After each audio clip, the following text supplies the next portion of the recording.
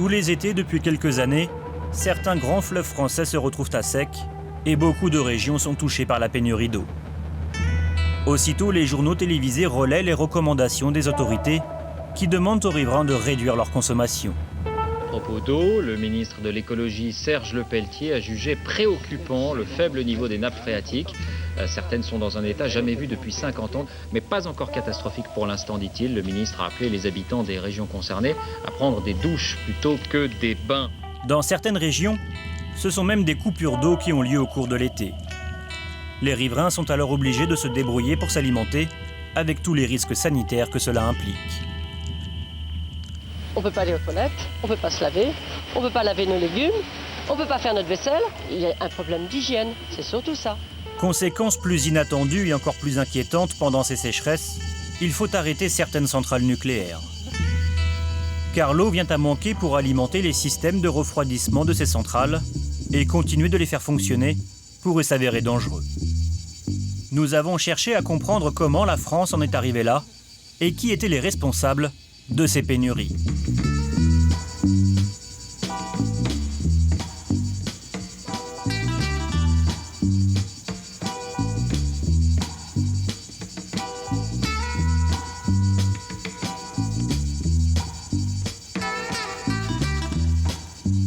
Nous sommes en juillet l'an dernier.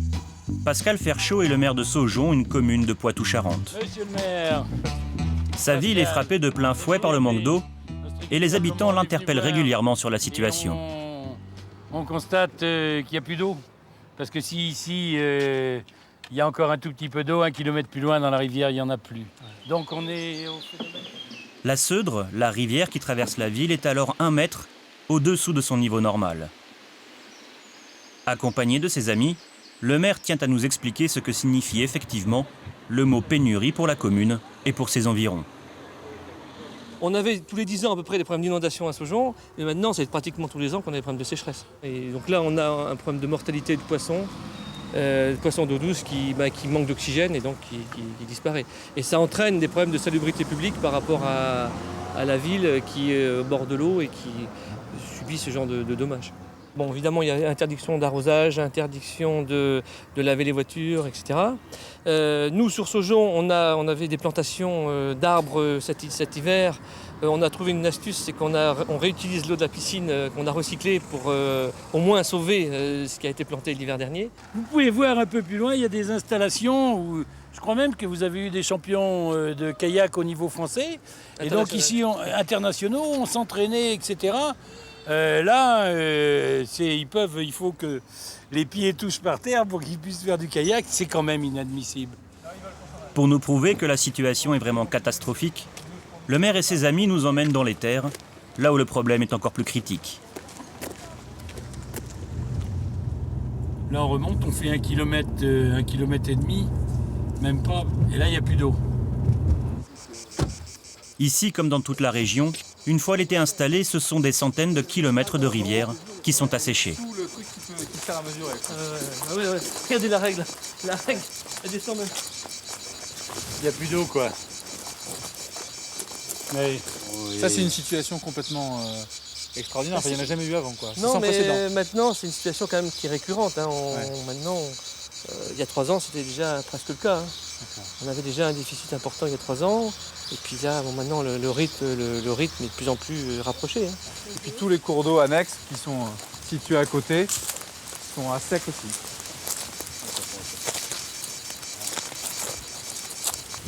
On peut que constater l'ampleur des dégâts, quoi. Il y a de l'eau habituellement là. Voilà. Là, il y a de l'eau d'habitude et là, c'est sans eau. C'est définitivement vide. L'histoire des habitants de ce village n'a rien d'exceptionnel. Car aujourd'hui, de plus en plus de régions sont touchées par ces pénuries d'eau et les restrictions qui les accompagnent dès que l'été arrive.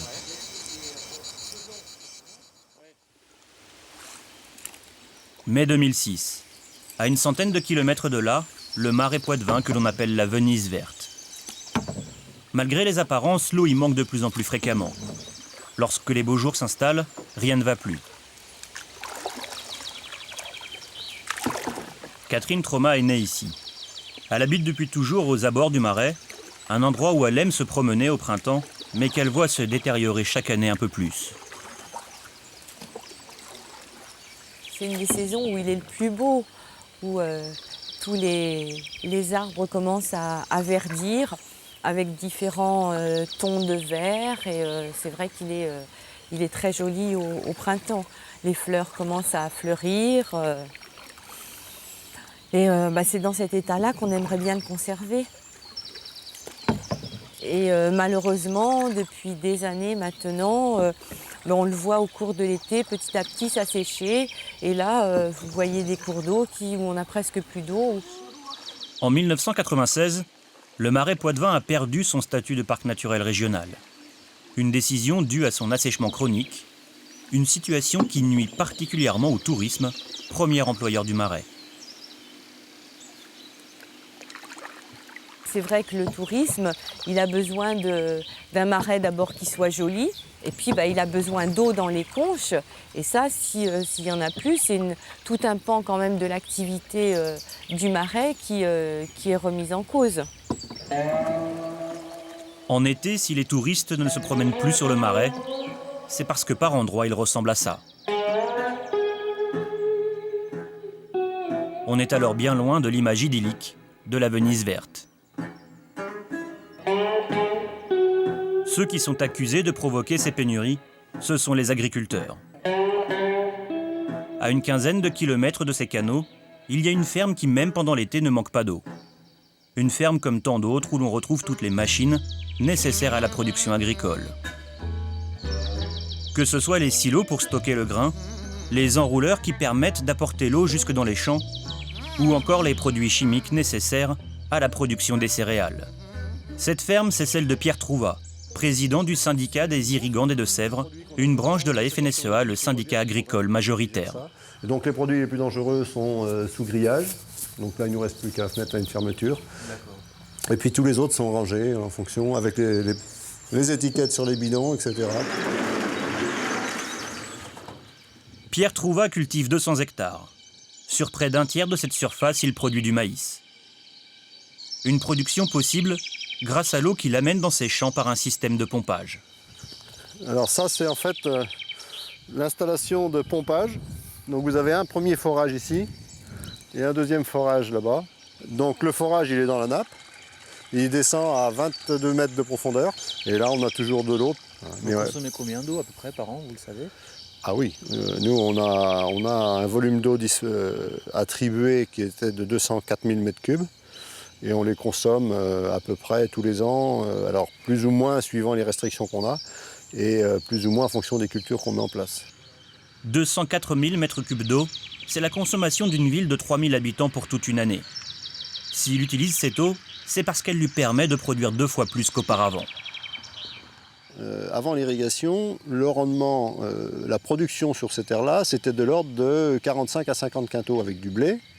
Et où on sort aujourd'hui, nous, 90 à 110 quintaux en maïs. Donc vous voyez la différence de production. Lors de notre rencontre avec Pierre Trouvat en avril dernier, les agriculteurs venaient tout juste de planter le maïs qu'ils récolteront à la fin de l'été. Au bord des champs, les systèmes d'irrigation étaient déjà prêts à cracher les 40 m3 d'eau par heure nécessaires au maïs. Car le maïs est une plante tropicale, donc inadaptée à la France. Pour la faire pousser, il lui faut un climat chaud et humide. Pour remplacer la pluie, les agriculteurs ont mis en place les systèmes d'irrigation. Une pratique très répandue dans les 5 régions du sud-ouest en bleu sur la carte. Une carte qui recouvre pratiquement celle des régions touchées par les pénuries d'eau, ici en jaune. Dans ces régions, en été, 90% de l'eau consommée est utilisée pour l'irrigation. Habituellement, les agriculteurs bénéficient de dérogations des préfectures pour continuer d'arroser même en période de sécheresse. Sauf en Poitou-Charentes où un préfet est parti en croisade contre cette surconsommation d'eau. Depuis l'an dernier, le préfet de Niort interdit toute irrigation dès que le manque d'eau se fait ressentir dans le département. Et cette année encore, les relations entre le préfet et les agriculteurs des Deux-Sèvres risquent d'être tendues. À l'approche de l'été, Jean-Jacques Brault a réuni les représentants des consommateurs d'eau pour leur annoncer les mesures qu'il prendra en cas de nouvelles pénuries. Tout d'abord, nous discuterons du projet pour l'instant d'arrêté cadre pour l'irrigation agricole. Comme en 2005, aucune restriction éventuelle ne touchera uniquement un secteur économique, c'est-à-dire l'agriculture. Pierre Trouvat et ses collègues irrigants, comme on les appelle, sont venus à cette réunion et ne s'en laissent pas compter face au préfet. Mais on ne va pas commencer par pénaliser les agriculteurs du secteur, parce que si on les pénalise pendant 2 ou 3 ans, l'irrigation sera supprimée et on ne pourra pas revenir à une situation normale. Je ne peux pas laisser dire une chose pareille. Alors qu'on dise que c'est abrupt de dire les choses franchement, d'accord, mais je préfère dire les choses franchement et ne pas être hypocrite. Je préfère dire d'avance, sachez que quand il y aura quand on sera dans le niveau d'alerte, eh bien, on ira vers l'interdiction de l'irrigation diurne. Ça me paraît le bon sens, l'acceptabilité par tous. À peine la réunion terminée, Jean-Jacques Brault assume ses choix et explique pourquoi il ne compte pas favoriser l'irrigation au détriment des autres consommateurs. Et je ne changerai pas de cap, parce que il me semble que en tout cas, c'est la crédibilité du métier qu'on fait. Moi, je n'ai pas fait ce métier pour co-gérer avec des intérêts particuliers. Sinon, on fait autre chose et c'est tout à fait respectable. Moi, je leur ai redit que irriguer en plein jour, quand on est en période de restriction, ce n'est pas convenable. Donc, il faut changer. Ça en soustrait un peu de leur confort, mais ça accroît de leur crédibilité à l'égard de l'ensemble de la population. En 2005, on n'a même pas pu, ou pratiquement pas pu irriguer, parce que là, c'est l'eau potable qui aurait été en danger. Donc c'est vrai qu'on part d'une situation qui s'est dégradée jusqu'en 2004 y compris. Bien sûr, des prélèvements sans doute excessifs, joints à une sécheresse qui a duré 15 mois, ont fait qu'on en est arrivé là et qu'aujourd'hui, nous préparons un arrêté qui permettra l'irrigation raisonnable et harmonisée avec les départements voisins. J'ai entendu dire que vous avez été amené à stocker de l'eau minérale. C'est quelque chose ce à quoi vous avez pensé? On y a évidemment pensé. Le plan était prêt d'achat massif d'eau minérale chez certains producteurs, mais aucun stockage n'a été opéré en 2005. Depuis notre rencontre, le préfet a instauré les premières restrictions. Le 4 mai dernier, il a même complètement interdit le pompage dans une des rivières des Deux-Sèvres.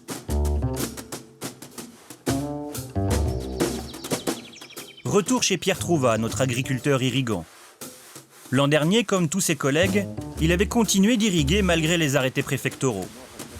Cette année encore, il remet en cause les décisions du préfet de Niort, même s'il représente la loi pour le département. C'est la loi, le préfet. C'est la loi, ça peut être la loi, je ne sais pas. Je ne sais pas si c'est bien toujours la loi. C'est tout le problème du fonctionnement du système. Autant on est d'accord, il avait pour mission, il l'a toujours, de protéger l'eau potable au maximum. Ça fait partie des choses qu'on respectera jusqu'à la nuit des temps, je suppose. Mais ce n'est pas pour autant qu'on doit interdire tout. Pour 2006, Pierre Trouvat a pris la décision de planter à nouveau du maïs et de continuer à arroser ses cultures pendant l'été. Yves Lequelec fait partie de la coordination de défense du Marais Poitevin. En 20 ans, dans le Marais, il a vu 30 000 hectares de prairies disparaître au profit de la culture du maïs. Alors ici, on s'est bagarré pour que ça ne change pas trop, pour qu'on garde ce marais communal tel qu'il est, c'est-à-dire en prairie inondable avec du bétail qui, tous les ans, vient pâturer et contribuer à son entretien. Pour Yves Lequelec, c'est la culture du maïs qui assèche le marais et non pas l'absence de précipitations pendant l'été, comme le disent souvent les agriculteurs. Les étés secs, c'est pas nouveau, c'est pas forcément très problématique, sauf à ce que les effets de cette sécheresse climatique ordinaire ne soient considérablement aggravés par des prélèvements totalement excessifs qui sont ceux de l'irrigation des cultures autour du marais. Irrigation des cultures et prélèvements qui conduisent à tarir complètement les sources d'alimentation naturelle du marais. Donc c'est moins une question de sécheresse, année après année, que surexploitation de la ressource. Pour lui, c'est un système économique tout entier qui est responsable de cette situation actuelle. Le maïs, c'est un système agro-industriel avec des firmes, des coopératives qui vendent de la semence, qui vendent du matériel, qui vendent de l'irrigation, qui vendent des intrants, etc. Et c'est eux qui dictent à tout le monde un petit peu, sinon la météo, du moins les mesures qui doivent être prises ou pas prises. Certains agriculteurs ont toutefois pris conscience de la situation. Louis-Marie Briffaut est membre de la Confédération paysanne et produit lui aussi du maïs irrigué. Il laboure actuellement les champs où il va bientôt le planter, une céréale qu'il produit chaque année dans un seul but, nourrir les animaux de sa ferme. On fait bon an mal an 27 à 30 hectares de maïs chaque année. Et donc ça nous suffit largement. Ça nous suffit largement, c'est déjà pas mal, hein, parce que c'est le maïs, c'est le plat principal. Bon, et demain, sans doute qu'il faudra qu'on avise autrement, je ne sais pas comment, mais voilà. Mais tout ça, c'est pour nourrir nos bêtes. Pour produire son maïs, Louis-Marie Briffaut ne pompe ni dans les rivières ni dans les nappes phréatiques.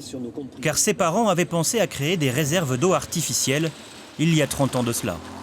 Là, on arrive sur le site où mes parents ont fait cet étang. Il y en a un deuxième, plus loin. Et donc cette eau, elle sert à quoi aujourd'hui? Et cette eau sert principalement à... ça nous sert pour l'irrigation. Ce sont ainsi environ 50 000 m3 d'eau qu'ils prélèvent tous les ans dans ces étangs. Il y a une canalisation qui passe sur toute la partie d'exploitation majoritaire et puis une autre canalisation qui repart sur une parcelle de 17 à... ça fait une vingtaine d'hectares autour. Donc on a possibilité d'arroser toute l'exploitation. Cette année, en 2006, sans aucun doute, on continuera à arroser. Mais on arrosera sans doute différemment. On arrosera peut-être, on arrêtera d'arroser 2 jours. On se pliera peut-être un peu plus à des recommandations qui sont annoncées par le préfet, qui ne nous concernent pas forcément, dans la mesure où, théoriquement, en droit, cette eau, elle est à moi. Malgré une certaine assurance, Louis-Marie Briffaut a compris que le comportement des agriculteurs n'est plus acceptable pour les consommateurs de la région. Quand on parle de restriction d'eau, et puis que nous, on continue à faire dégueuler 40 mètres cubeurs, et puis qu'on demande à un citoyen lambda de réduire, de fermer son robinet, il y a une espèce de contradiction que j'ai beau vouloir expliquer que mon revenu en dépend, mais en même temps, quelqu'un à qui on réduit l'eau, c'est psychologiquement parlant, c'est normal qu'il réagisse. Louis-Marie Briffaut n'est pas prêt pour autant à arrêter la production du maïs sur son exploitation. Car comme la plupart des agriculteurs, ce qui l'a vraiment poussé à produire ce maïs irrigué, ce sont les aides qu'il touche de la part de l'Europe pour cette pratique agricole. Des subventions que l'on appelle les primes à l'irrigation. Pour bénéficier de ces aides, il suffit d'en faire la demande, de remplir un formulaire et d'apporter la preuve que l'on consomme de l'eau. C'est un papier qu'on remplit en début d'année, hein. Et donc on met les surfaces et puis on note où est-ce qu'on fait du blé, où est-ce qu'on fait des prairies temporaires, où est-ce qu'on fait du maïs. Et puis on a une petite croix où il y a coché si vous demandez l'aide aux surfaces irriguées et puis on note irrigation ou pas. Voilà. Nous à ce jour on touche 24 000 €, c'est pas mal pour l'exploitation, on s'en plaint pas. Il y en a qui ont beaucoup moins que nous, mais on sait qu'on fait partie de la grande moyenne des exploitations. 24 000 € pour à peine 30 hectares de maïs irrigué, c'est près de 1 000 € par hectare. Une somme qui représente à elle seule presque l'intégralité des revenus de cet agriculteur. Cette aide à la consommation d'eau devient indécente. Et je veux dire qu'on aurait dû s'en rendre compte. Et à la Confédération, on s'en est rendu compte depuis très longtemps. Dès que cette prime irrigation a été mise en place, on l'a dénoncé. Mais pour les décideurs, ils auraient dû s'en rendre compte depuis très longtemps. Et qu'effectivement, les primes irrigation ont incité, ont structuré la consommation d'eau. Toute cette eau ne sert donc qu'à faire pousser du maïs, une plante pour laquelle les agriculteurs touchent des aides considérables. Comble du paradoxe, cette production ne sert pas à l'alimentation humaine, mais à celle des animaux qui sont ainsi censés produire plus de viande et plus de lait que lorsqu'ils mangent l'herbe des pâturages.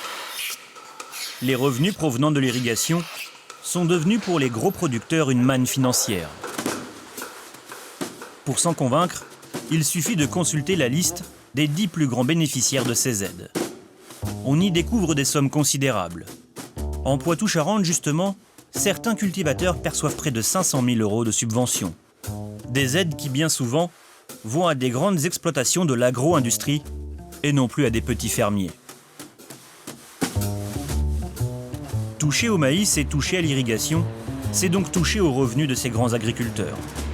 Voilà pourquoi les syndicats agricoles se battent aujourd'hui pour pouvoir continuer d'utiliser de l'eau en très grande quantité.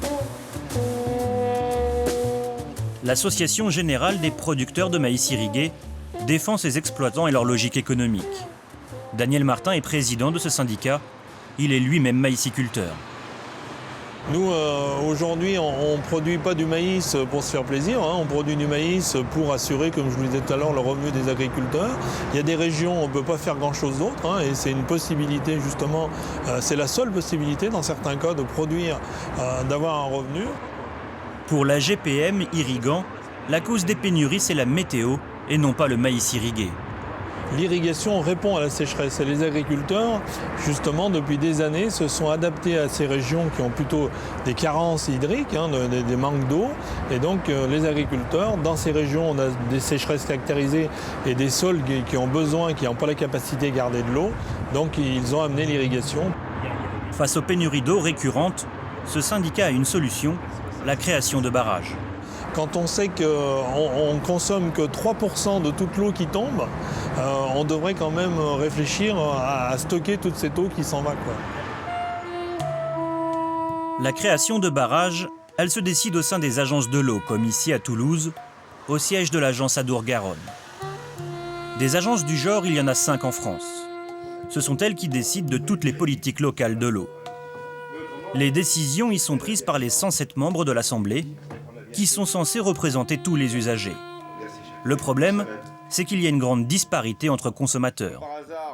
En effet, les représentants de l'agriculture et de l'agroalimentaire sont près d'une vingtaine, auxquels s'ajoutent les maires de communes rurales favorables au monde agricole. Alors que les protecteurs de l'environnement, eux, et les défenseurs des consommateurs ne sont que 7. Une disparité qui se ressent dès lors que les débats s'engagent. Comme aujourd'hui, par exemple, l'agence débat de l'intérêt d'un barrage dans la région. Récemment, les riverains se sont déclarés contre. Aussitôt, les membres de l'Assemblée, presque unanimes, protestent et les agriculteurs, eux, soutiennent l'idée d'un barrage. Quand on voit les millions de mètres cubes qui sont passés dans nos rivières ces derniers jours et qu'on ne veut pas en stocker ne serait-ce qu'un millième, c'est de la folie même, alors que ça serait d'une intelligence même que d'en stocker une toute petite partie à cette époque-ci pour la relâcher l'été. C'est l'évidence même, et puis des irrigations, on en reparlera plus tard, c'est de la folie technocratique ou je ne sais pas comment, de sectarisme qui est tout à fait décevant et qui est tout à fait grave économiquement pour nos départements du Sud. Voilà.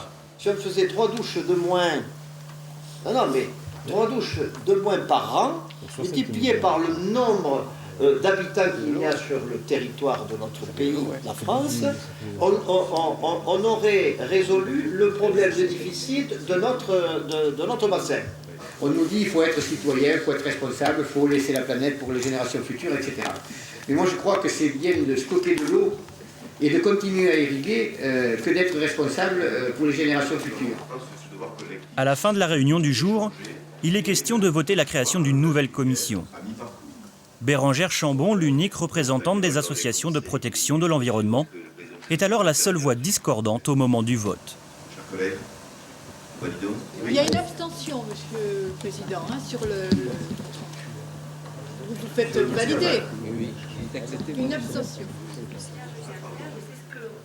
Pour Bérengère Chambon, s'opposer au barrage et plus généralement aux volontés des irrigants est un combat presque vain au sein de l'agence de l'eau Adour-Garonne. On est les emmerdeurs, quand même. On est très vite traités d'écolo-intégristes. C'est très vite, ça devient là. Et puis dès qu'on parle aujourd'hui, moi j'entends des discours. On veut bien parler d'environnement, mais pas trop. Quand vous êtes en face du représentant de la GPM, qui est la représentation de la profession agricole du maïs, c'est David et Goliath. Déjà, c'est la force industrielle que ça représente. Je dis bien industrielle de l'agriculture que ça représente.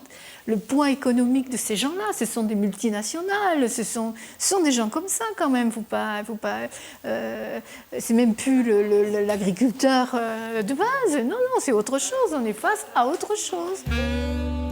Le premier défenseur des positions agricoles dans l'agence de l'eau à Dourgaronne, c'est son président, Jean-François Poncet.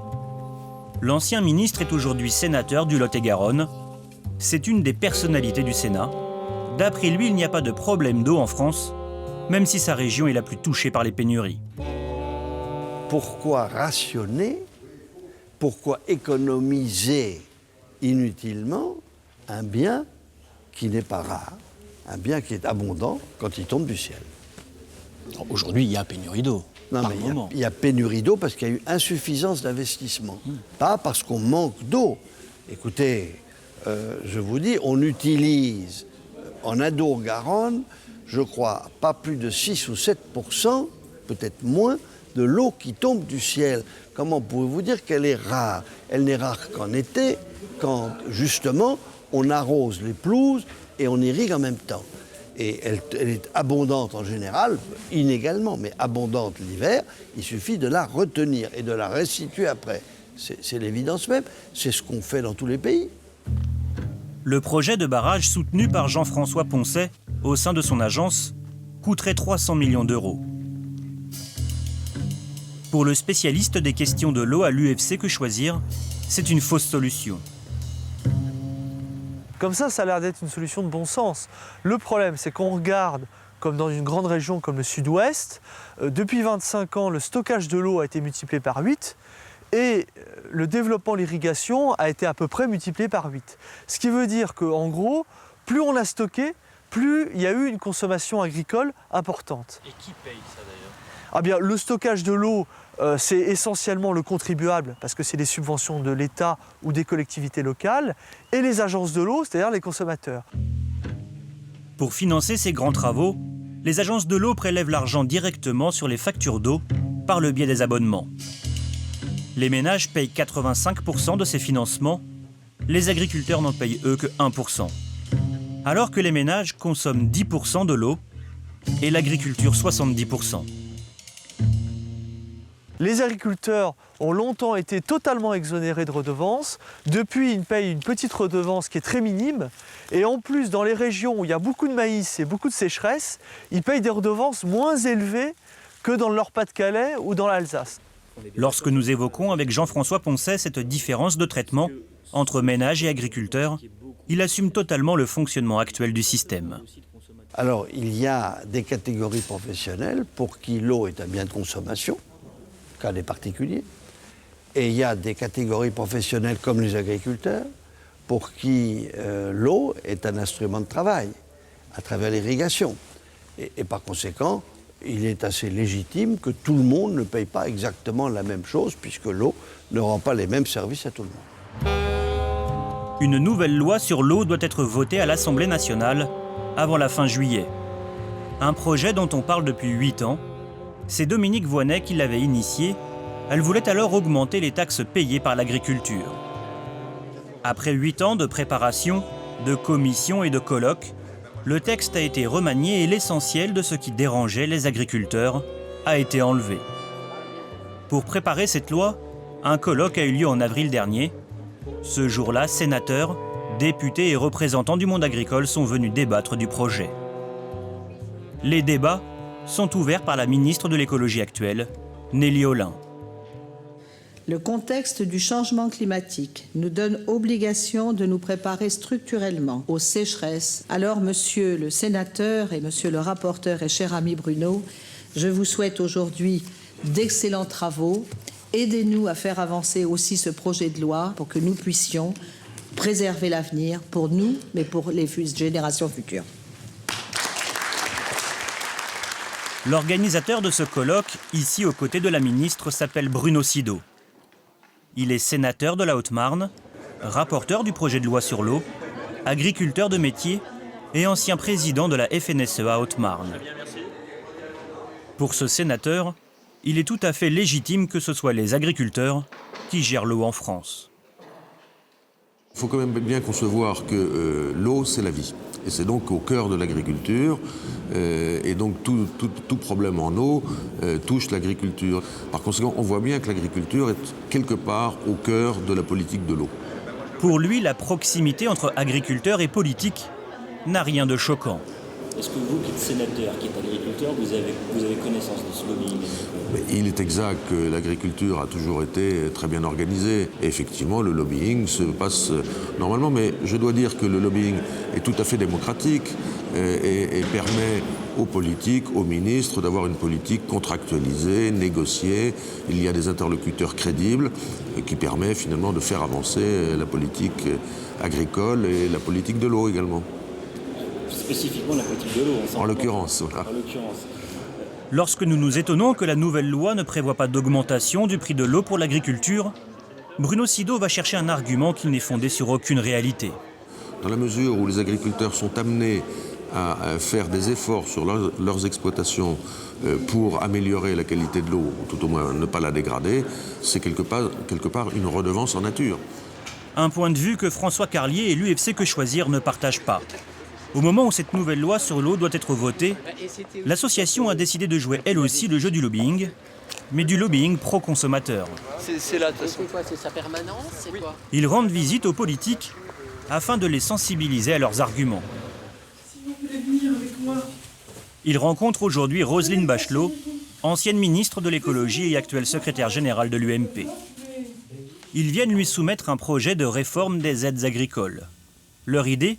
Utiliser l'argent versé pour l'irrigation à des productions moins gourmandes en eau, et donc ne plus inciter les agriculteurs à augmenter leurs prélèvements dans les nappes phréatiques. Regardez ça avec intérêt, et ça c'est le document alors grand public. On s'est dit qu'il fallait qu'on réfléchisse sur des propositions concrètes, opérationnelles, pour servir à la fois d'abord à l'intérêt des consommateurs en matière d'eau. Et donc nous, ce qu'on voudrait, c'est développer la diversification des cultures dans les régions où il y a une forte pression, enfin, où il y a une monoculture importante qui crée une pression sur l'eau. Vous prêchez une convaincue. Je vous signale que dans la loi sur l'eau que j'ai léguée à mon successeur, il y avait un remodelage des taxes. Le problème dans notre pays, c'est qu'il y a 5 ministres d'écologie en 5 ans, et j'ai l'impression que la loi sur l'eau, hélas, qui va passer à l'Assemblée, dont la première lecture a eu lieu au Sénat, ne va pas dans le sens que je souhaite et pour lequel je milite. La loi, dans sa nouvelle version, se base en effet en partie sur le projet que Roselyne Bachelot avait laissé en quittant son ministère. Elle avait imaginé une taxe sur l'eau pour les agriculteurs en instaurant le principe pollueur-payeur. Des choses ont été reprises, mais ce qui a été abandonné, c'est le président de la République qui a rendu cet arbitrage, c'est le remodelage de la taxation sur les nitrates. Et ça, c'est évidemment extrêmement dommageable. Il n'y a pas de remodelage dans cette loi. D'ailleurs, cet abandon avait eu lieu quelques jours avant que je quitte le ministère, dans une interview qui avait été donnée dans La France agricole. Par le président? Par le président de la République. Donc cette proximité, on sent que quand même il y a un arbitrage dès lors qu'il est question d'une loi, d'une décision, quelle qu'elle soit, qui puisse toucher au monde agricole. On sent qu'il y a un arbitrage présidentiel fort. On peut, oui, parler de domaine réservé ou semi-réservé. La nouvelle loi sur l'eau devrait être votée avant la fin de l'été. Une loi qui ne prévoit finalement aucune augmentation des taxes sur l'eau pour les agriculteurs et dans laquelle le principe pollueur-payeur que Roselyne Bachelot souhaitait n'a pas été retenu. Vous souhaitez avoir la ministre? Dernier étage du lobbying, Bruxelles. Les agriculteurs français ont compris il y a longtemps qu'il leur fallait être influents ici aussi. À quelques pas du Parlement se trouve l'immeuble où se sont regroupés tous les lobbyistes agricoles européens. C'est ici que se trouvent les bureaux des syndicats agricoles français qui ont refusé de nous parler. Nous sommes donc allés dans les couloirs du Parlement européen rencontrer les députés qui côtoient toute l'année ces lobbyistes. Marie-Hélène Aubert est une de ces parlementaires. Elle fait partie de la commission agriculture. Elle y voit les lobbyistes agricoles œuvrer toute l'année afin que la gestion de l'eau leur reste favorable. Le ministère de l'Agriculture français veille aux intérêts de ses agriculteurs. Cet homme est envoyé par le gouvernement afin de suivre tous les débats et en tenir informé son ministère. Oui, ces lobbies sont très représentés à Bruxelles et nous envoient énormément de documents, d'informations, nous rendent visite pour effectivement convaincre d'aller dans tel ou tel sens ou de ne surtout rien changer à rien parce qu'il y a des intérêts industriels, commerciaux, financiers énormes en jeu.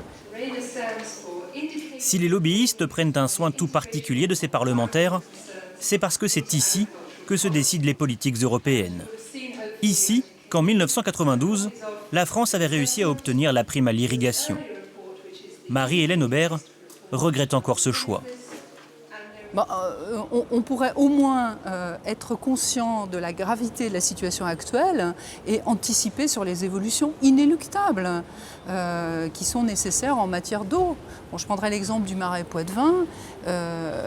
À la fois, l'Union européenne, à travers sa politique agricole, a soutenu plus que de raison des politiques d'irrigation forcenées qui ont conduit bon nombre de producteurs à se lancer dans ces cultures-là alors que ce n'était pas du tout adapté au terrain. Et puis dans le même temps, l'Union européenne, qui a une politique en faveur des espaces naturels très développés, a condamné la France pour non-respect d'un certain nombre de mesures du cahier des charges pour que le Marais Poitevin puisse garder son label. Donc on est là dans une contradiction. Pour la députée, si les choses n'évoluent pas, c'est parce que les élus sont trop à l'écoute des grands syndicats agricoles.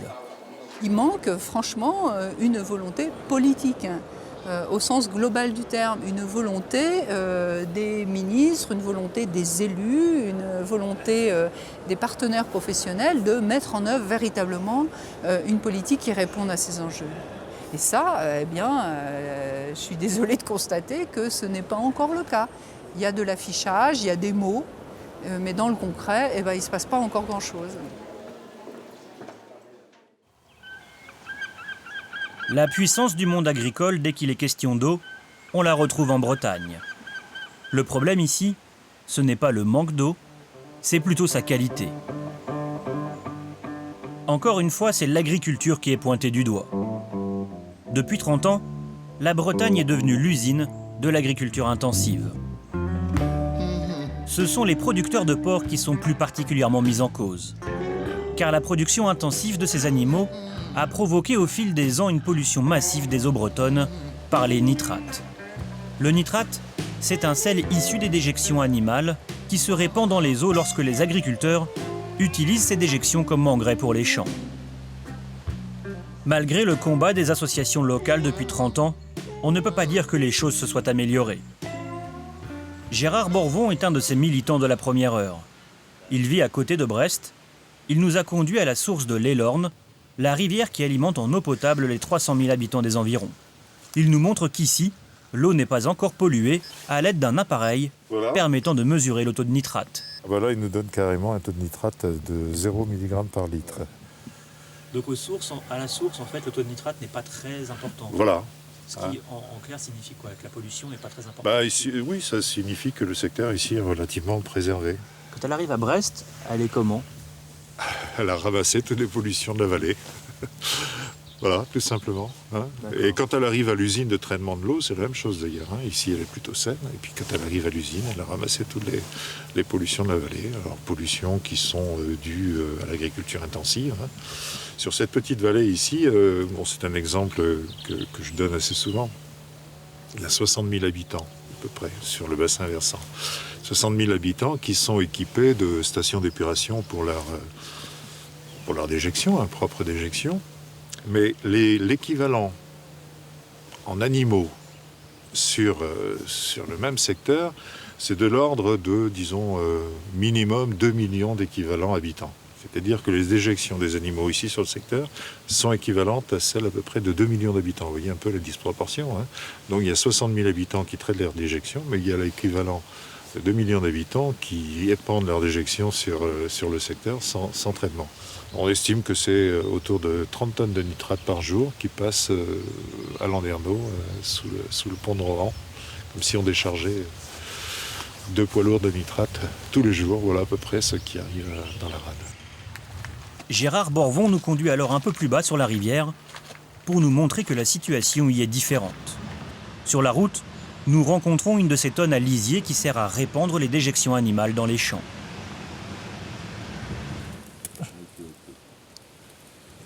Ah, moi, je suis même arrivé au bord. Là. Comme prévu en aval, le taux de nitrate dépasse effectivement la limite légale de 50 mg par litre.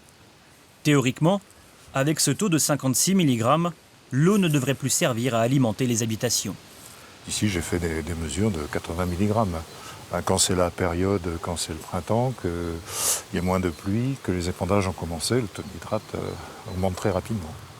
Là, 56 mg, on est plutôt dans le niveau le plus bas du taux de nitrate. C'est-à-dire que les niveaux habituellement les plus bas sont des niveaux déjà illégaux. Voilà.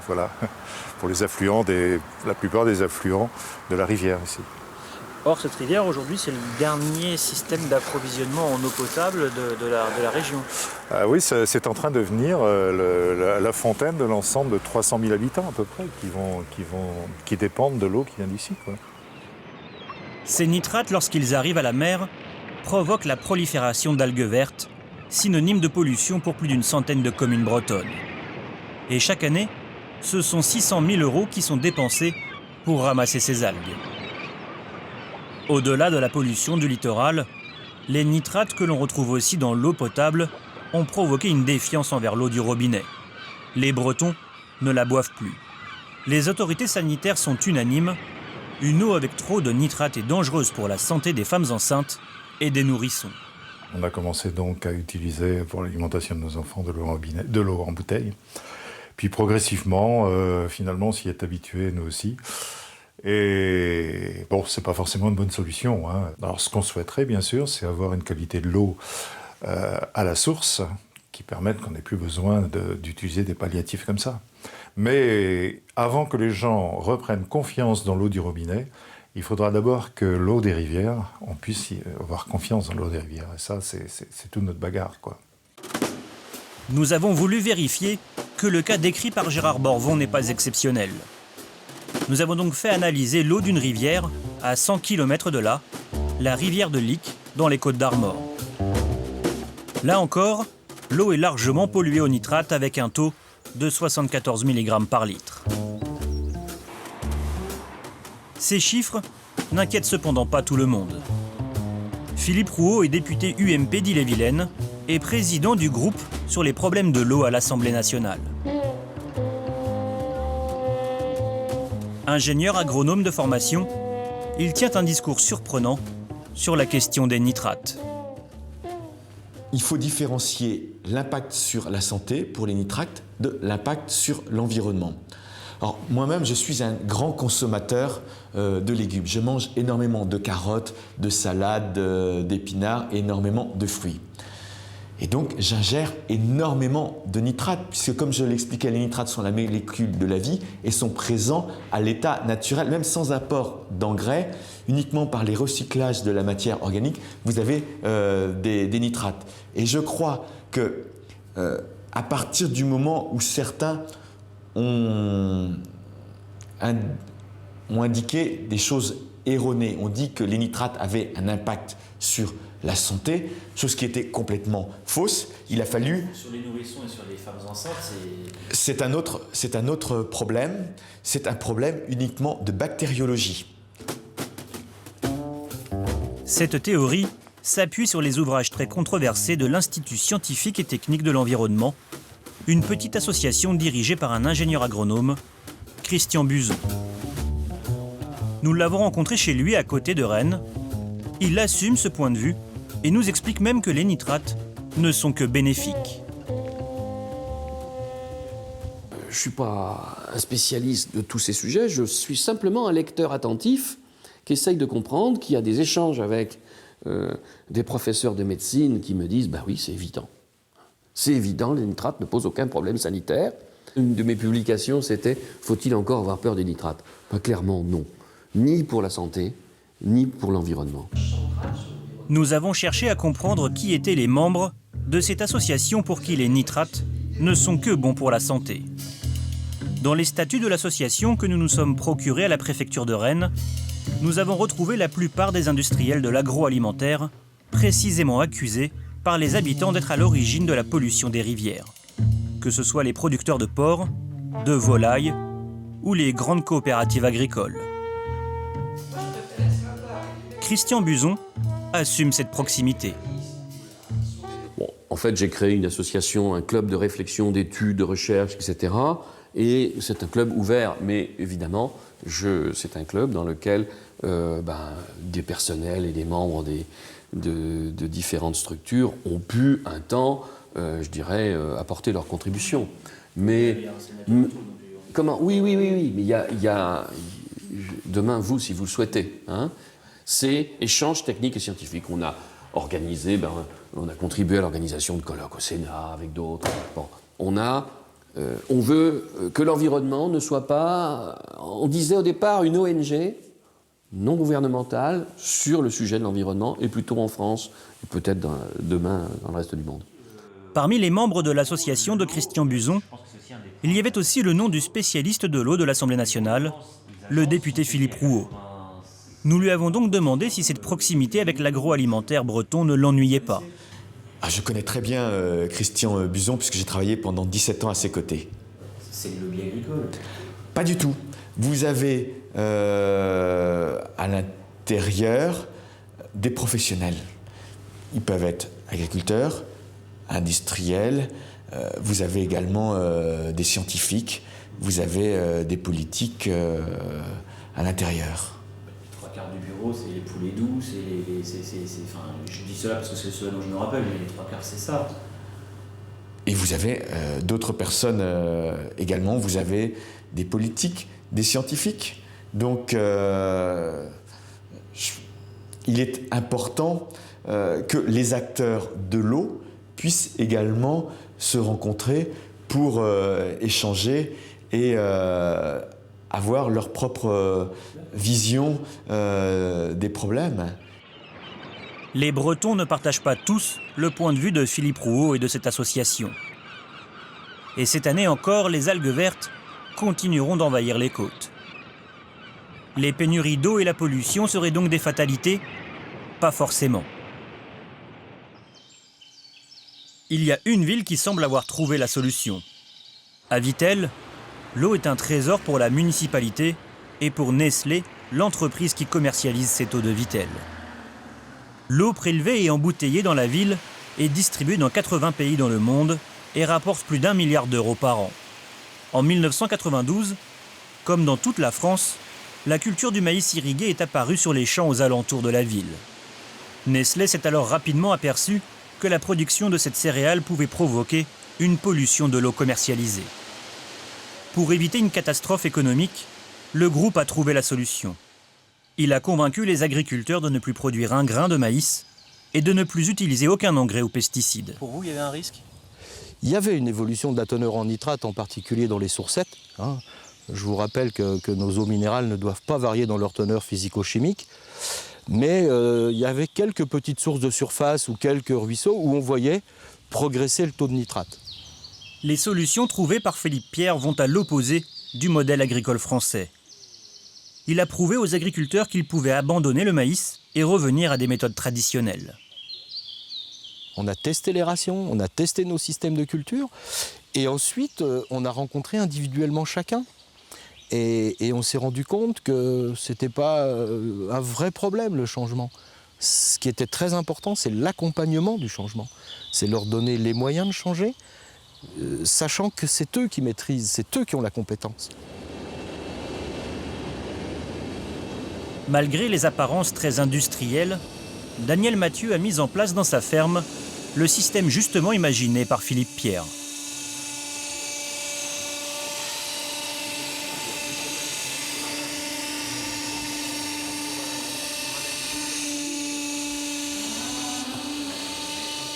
Depuis 1998, la totalité du maïs a été arrêtée. Remplacé par de la luzerne, du trèfle ou des mélanges prairies que les vaches mangent comme vous le voyez là. Et ça fonctionne? C'est-à-dire on retombe avec une nourriture traditionnelle. La vache mange, elle rumine, rien de bien nouveau, mais quelque chose qui est quand même plus naturel, qui correspond à la vie de la vache. Accompagné par un des employés de l'entreprise Vittel, Daniel Mathieu reconnaît que sans les aides financières du groupe pour changer son outil de travail, il n'aurait jamais pu faire cette révolution. Mais c'est sûr que nous ne pourrions pas faire ça. Rien que nous, si sans Vittel, vous on n'y aurait jamais pas pensé. posé la question. On n'y aurait jamais pensé, et puis on aurait eu du mal à tenir le coup, enfin de remettre en place un autre système, quoi. Si Vittel a réussi à convaincre les 40 agriculteurs de la zone, c'est que l'entreprise leur a montré qu'ils auraient le même niveau de revenus qu'avec le maïs. On a maintenu, voire augmenté le revenu des agriculteurs, et on a augmenté le nombre d'actifs sur le périmètre. Mais vous savez, quand on fait le tour de l'Europe, les pays du Nord sont très en avance sur nous, l'Allemagne est très en avance. Double circuit, récupération des eaux pluviales, traitement des eaux assainies et non rejetées directement au ruisseau. Voilà, c'est les grands sujets de ces années à venir. Vittel a obtenu dans la région ce que l'État français n'a pas réussi depuis 15 ans, avec un système qui coûte moins cher que celui du maïs irrigué. Une solution qu'il serait bon de développer, d'autant que pour la première fois cette année, de grandes agglomérations risquent d'être touchées par la pénurie d'eau.